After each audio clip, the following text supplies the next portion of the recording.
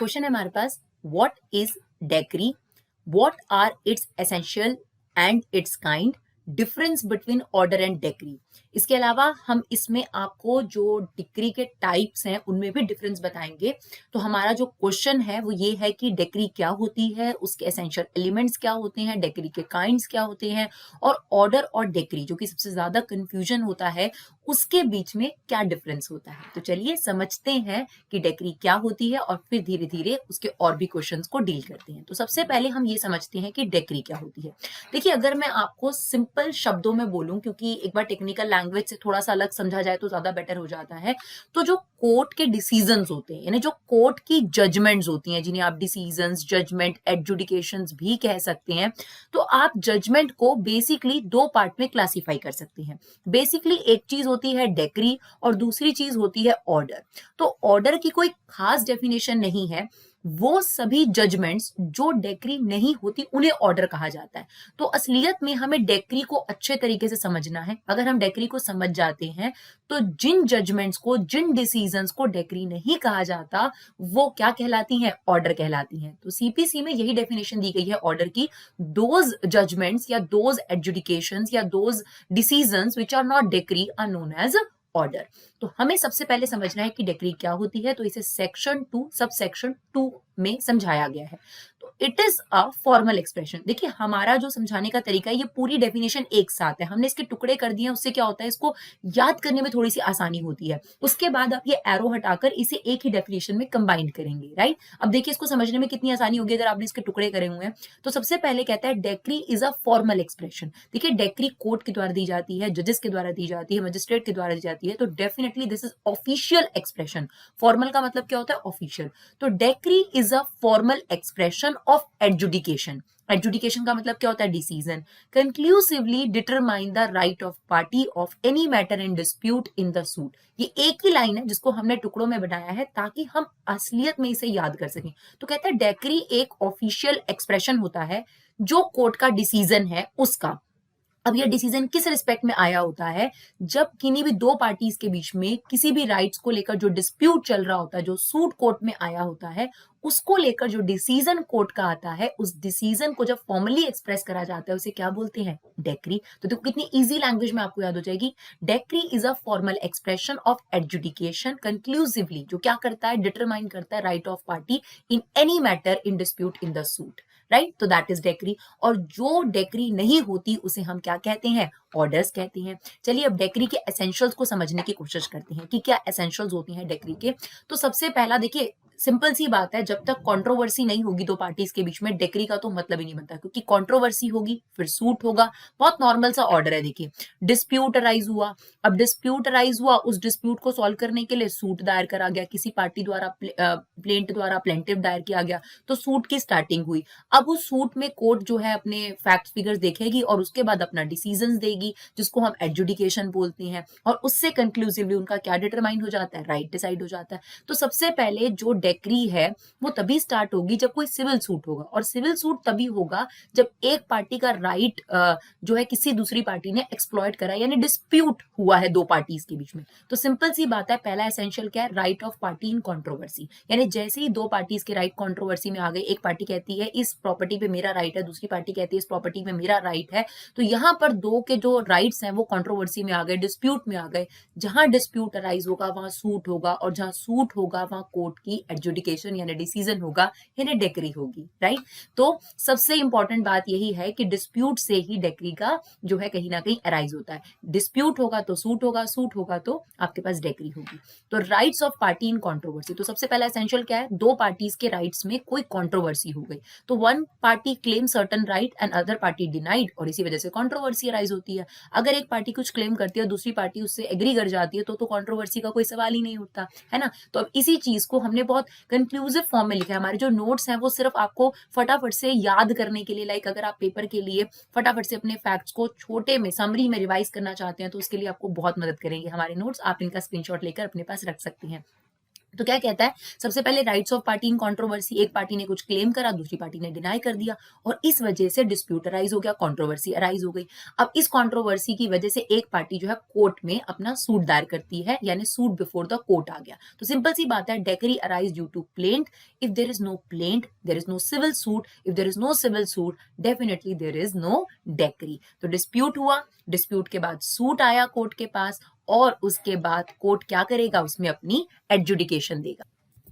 तो चलिए तीसरा एसेंशियल क्या हो गया, now the decision by the court. तो judicial determination of matter in dispute, यानी कोर्ट जो है फाइनली फॉर्मली उसको डिसाइड करेगा क्या क्या डिसीजन रहा कोर्ट का, ए पार्टी जीती या बी पार्टी जीती, कौन जीता, प्लेंटिफ जीता, डिफेंडेंट जीता, जिसको भी लेकर, जिसके भी राइट्स का लेकर जो भी फाइनल डिसीजन होगा, यानी थर्ड स्टेप होगा, थर्ड एसेंशियल होगा अगर आप डेक्री की बात करते हैं, नाउ एडजुडिकेशन बाय कोर्ट। कुछ चीजें हैं जो आपको ध्यान रखना, आप देख सकते हैं हमने यहाँ स्टार बना के लिखा है, कुछ ऐसे डिसीजन हैं जिन्हें डेक्री नहीं कहा जाता, खास तौर पर जो एडमिनिस्ट्रेटिव नेचर के जो डिसीजंस होते हैं, जो भी ऑफिशियल एडमिनिस्ट्रेटिव डिसीजंस होते हैं, जैसे कि गवर्नमेंट से रिलेटेड जो एडमिनिस्ट्रेटिव अथॉरिटीज होती हैं, डिपार्टमेंट्स होती हैं, उनसे जो रिलेटेड डिसीजंस है उनको डेक्री नहीं कहा जाता।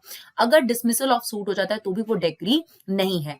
और इसी तरीके से अगर कोई प्लेंट दायर करता है, उसकी एप्लीकेशन स्टार्टिंग में ही रिजेक्ट हो जाती है तो वो डेक्री नहीं है, क्योंकि बहुत सिंपल सा लॉजिक है, अगर सूट ही नहीं स्टार्ट हुआ तो डेक्री का तो सवाल ही नहीं उठता। तो ये 3 सिचुएशंस हैं जब आपके पास जिन डिसीजंस को डेक्री नहीं कहा जाता, तो ये भी आपको जरूर याद रखना है एग्जाम में, किन चीजों को डेक्री नहीं कहा जाता। सिमिलरली फोर्थ आपके पास अ पॉइंट है कंक्लूसिव डिटर्मिनेशन, यानी फाइनली जो है कोर्ट का जजमेंट आ जाएगा और उस जजमेंट को कंप्लीट और फाइनल माना जाएगा, राइट। तो कंक्लूसिव डिटर्मिनेशन यानी यहाँ पर जो दोनों पार्टीज हैं उनके राइट्स जो हैं क्लैरिफाई कर दिए जाएंगे कोर्ट के द्वारा। तो adjudication must be complete and final, और उसके बाद जिस भी तरीके से लॉ में प्रिस्क्राइब्ड फॉर्म है उसे उस मैटर में उसी फॉर्म में फॉर्मली एक्सप्रेस कर दिया जाएगा। तो 5 एसेंशियल थे। पहला क्या था आपके पास, सबसे पहले पार्टीज का राइट जो है वो कंट्रोवर्सी हुआ, मतलब दो पार्टीज के बीच में डिस्प्यूट हुआ, उसमें से एक पार्टी ने सूट दायर किया, कोर्ट ने उस पर सुनवाई करी, फिर उस पर फाइनल जो है डिटर्मिनेशन दिया, और वो जो फाइनल डिटर्मिनेशन है उसे फॉर्मली एक्सप्रेस करना जरूरी है कोर्ट के द्वारा। जिस भी मैनर में लॉ ने प्रिस्क्राइब करा है उस मैनर में उसको लिखना जरूरी है, और जैसे ही डिक्री आ जाती है जो जजमेंट है वो कोर्ट के द्वारा फाइनली पास कर दी जाती है, राइट। अब हम समझते हैं कि क्या डिफरेंस होता, डिफरेंट काइंड्स क्या है डिक्री की। तो 3 मेन टाइप हैं जिनको हम समझते हैं, और फिर हम प्रिमिलरी और फाइनल डिक्री में डिफरेंस भी देखेंगे। तो सबसे पहले समझते हैं काइंड्स ऑफ डिक्री क्या है। तो 3 मेन काइंड्स हैं आपके पास। सबसे पहले आप देखेंगे प्रिमिलरी डिक्री हमने लिखा है, फिर फाइनल डिक्री, और फिर partly final partly preliminary. Preliminary decree क्या होती है कि अभी सूट चल रहा है और कोर्ट को लगता है कि अभी इनिशियल रिलीफ देने की जरूरत है किसी पार्टी को, तो अभी आपके पास बीच में जो डिसीजन कोर्ट देता है उसे बोलते हैं प्रिमिलरी डिक्री। जैसे फॉर एग्जांपल अगर कोई अथॉरिटी है वो किसी की प्रॉपर्टी जो है डिमोलिश करने आ रही है, तो जनरली क्या होता है इंजंक्शन मांगा जाता है कि उस पर रोक लगा दी जाए कोर्ट के द्वारा। तो कोर्ट ने अभी कहा कि अभी आप ये अनऑथराइज्ड है या नहीं है, इसको लेकर अभी डिसीजन नहीं आया, यानी फाइनल डिक्री नहीं आई, टिल देन जब तक आप उसकी प्रॉपर्टी पर अभी थोड़ी देर के लिए स्टे लगा दीजिए, आप उसकी प्रॉपर्टी नहीं गिरा सकते। तो ऐसे केस में इस तरीके की जो डेक्रीज होती हैं उन्हें क्या कहा जाता है, प्रिमिलरी डेक्री। तो it determine the right of party but not dispose of the suit, यानी फाइनली अभी सूट का डिस्पोजल नहीं हुआ है, सारे डिस्प्यूट जो है वो फाइनली डिसाइड नहीं हुए हैं, लेकिन अभी कोर्ट की तरफ से एक प्रिमिलरी डेक्री जो है, प्रिमिलरी डिसीजन जो है वो दिया गया है। प्रिमिलरी रिलीफ आप कह सकते हैं, जो कि एक प्लेंटिफ या जो भी पार्टी है उसको कहीं ना कहीं मिल गया। नाउ ऑब्वियसली प्रिमिलरी का बिल्कुल अपोजिट है फाइनल डिक्री। यहां पर आपके पास फाइनल डिसीजन कोर्ट का आ चुका है और जितने भी क्वेश्चंस थे वो सेटल ऑफ हो चुके हैं डिस्प्यूट के अंदर। तो final decree which finally settle all the question in dispute, तो उसमें सारे जो क्वेश्चंस हैं वो फाइनली डिसाइड हो चुकी हैं, यानी फाइनल डिक्री आ चुकी है। इसके अलावा जो सबसे इंपॉर्टेंट है that is partly final and partly preliminary. इसमें एक एग्जांपल है, जैसे कि मान लीजिए कि किसी ने प्रॉपर्टी के पोजेशन और उससे रिलेटेड, इसे मैसने प्रॉफिट नहीं कहते हैं, मीन प्रॉफिट कहते हैं, तो उसके मीन प्रॉफिट और प्रॉपर्टी के पोजेशन को लेकर केस डाला। अब फॉर एग्जांपल ए की प्रॉपर्टी जो है वो बी ने कब्जाई हुई है, ठीक है। उस प्रॉपर्टी के लिए ए जो है वो बी को स्यू करता है, ए प्लेंटिफ है यहाँ पर और बी जो है ये डिफेंडेंट है, राइट। अब जो ए है वो दो चीजों के लिए उसको स्यू करता है। एक तो कहता है कि मेरा पोजेशन मुझे वापस दिया जाए, इसके अलावा जो ए है वो बी को स्यू करता है कि जो भी मीन प्रॉफिट क्या होते हैं कि मान लीजिए कि बी उस प्रॉपर्टी के एक कमरे को रेंट पे देके बैठा हुआ है और उससे जो रेंट है वो बी ले रहा है, जबकि वो बेनिफिट किसको मिलना चाहिए था, ए की प्रॉपर्टी है तो ए को मिलना चाहिए। तो अगर कोई बेनिफिट बी ने उसकी प्रॉपर्टी पे रहते हुए लिया, एक तो उसका पोजेशन अनऑथराइज तरीके से बी जो है प्रॉपर्टी पे कर रखा है, तो एक तो ए ये मांग रहा है कि मुझे मेरा पोजेशन मिल जाए, दूसरा ये मांग रहा है कि जो भी उसने उधर से मीन प्रॉफिट कमाए हैं, जो भी एक्स्ट्रा बेनिफिट्स लिए हैं मेरी प्रॉपर्टी से, वो भी मुझे जो है रिकवर कराया जाए। अब देखिए मीन प्रॉफिट में एक बहुत इंपॉर्टेंट क्लॉज है, जरूरी नहीं है कि बी को वहां से बेनिफिट हो रहा हो। जैसे अभी हमने एग्जांपल दिया कि बी ने मान लीजिए 3 कमरे का एक सेट है जो ए की प्रॉपर्टी थी, उसे कब्जा करके रखा हुआ है। अब उसमें से एक को रेंट पे चढ़ा रखा है, उससे जो रेंट आ रहा है वो बी ले रहा है ना, ए को देने की बजाय। तो जो ए है वो ये वाला रेंट रिकवर करने का भी केस डालेगा, साथ ही साथ बी से अपनी पोजेशन भी मांगेगा। इसके अलावा ऐसा भी हो सकता है कि सिर्फ बी ने प्रॉपर्टी पे कब्जा किया हुआ है और कुछ भी नहीं दे रहा, तो ए उससे पोजेशन भी मांग रहा है कोर्ट से, बी से अपनी प्रॉपर्टी का पोजेशन भी मांग रहा है और कोर्ट से ये भी कह रहा है कि अगर मैं इस प्रॉपर्टी पर रेंट पे चढ़ाता तो मुझे अब तक इतना रेंट रिकवर हो जाता जो बी के कब्जे की वजह से मुझे नहीं मिल रहा। तो मीन प्रॉफिट वो प्रॉफिट होते हैं जो ए को मिल सकते थे और बी के पोजेशन की वजह से, डिफेंडेंट के पोजेशन की वजह से उसको नहीं मिल रहे, तो ए उनके लिए भी स्यू कर सकता है। अब देखिए कोर्ट ने क्या डेक्री दी, कोर्ट ने ये डेक्री दे दी, ये ऑर्डर दे दिया कि जो बी के पोजेशन में प्रॉपर्टी है वो ए की है और ए को ट्रांसफर कर दी जाए।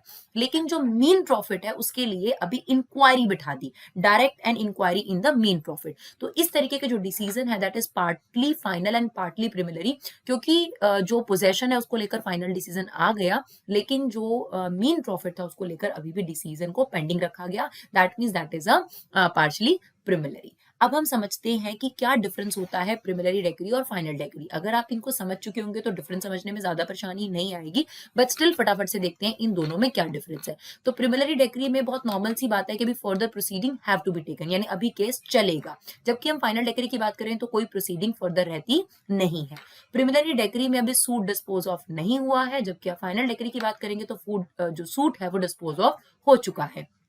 प्रिमिलरी डेक्री में भी सभी क्वेश्चंस सेटल ऑफ नहीं हुए हैं कंट्रोवर्सी के, लेकिन अगर हम बात करें फाइनल डेक्री के तो जितने भी क्वेश्चंस हैं वो सब सेटल हो चुके हैं। तो ये फाइनल डेक्री और प्रिमिलरी डेक्री के बीच में डिफरेंस है, ये भी बहुत बार एग्जाम में पूछा जाता है।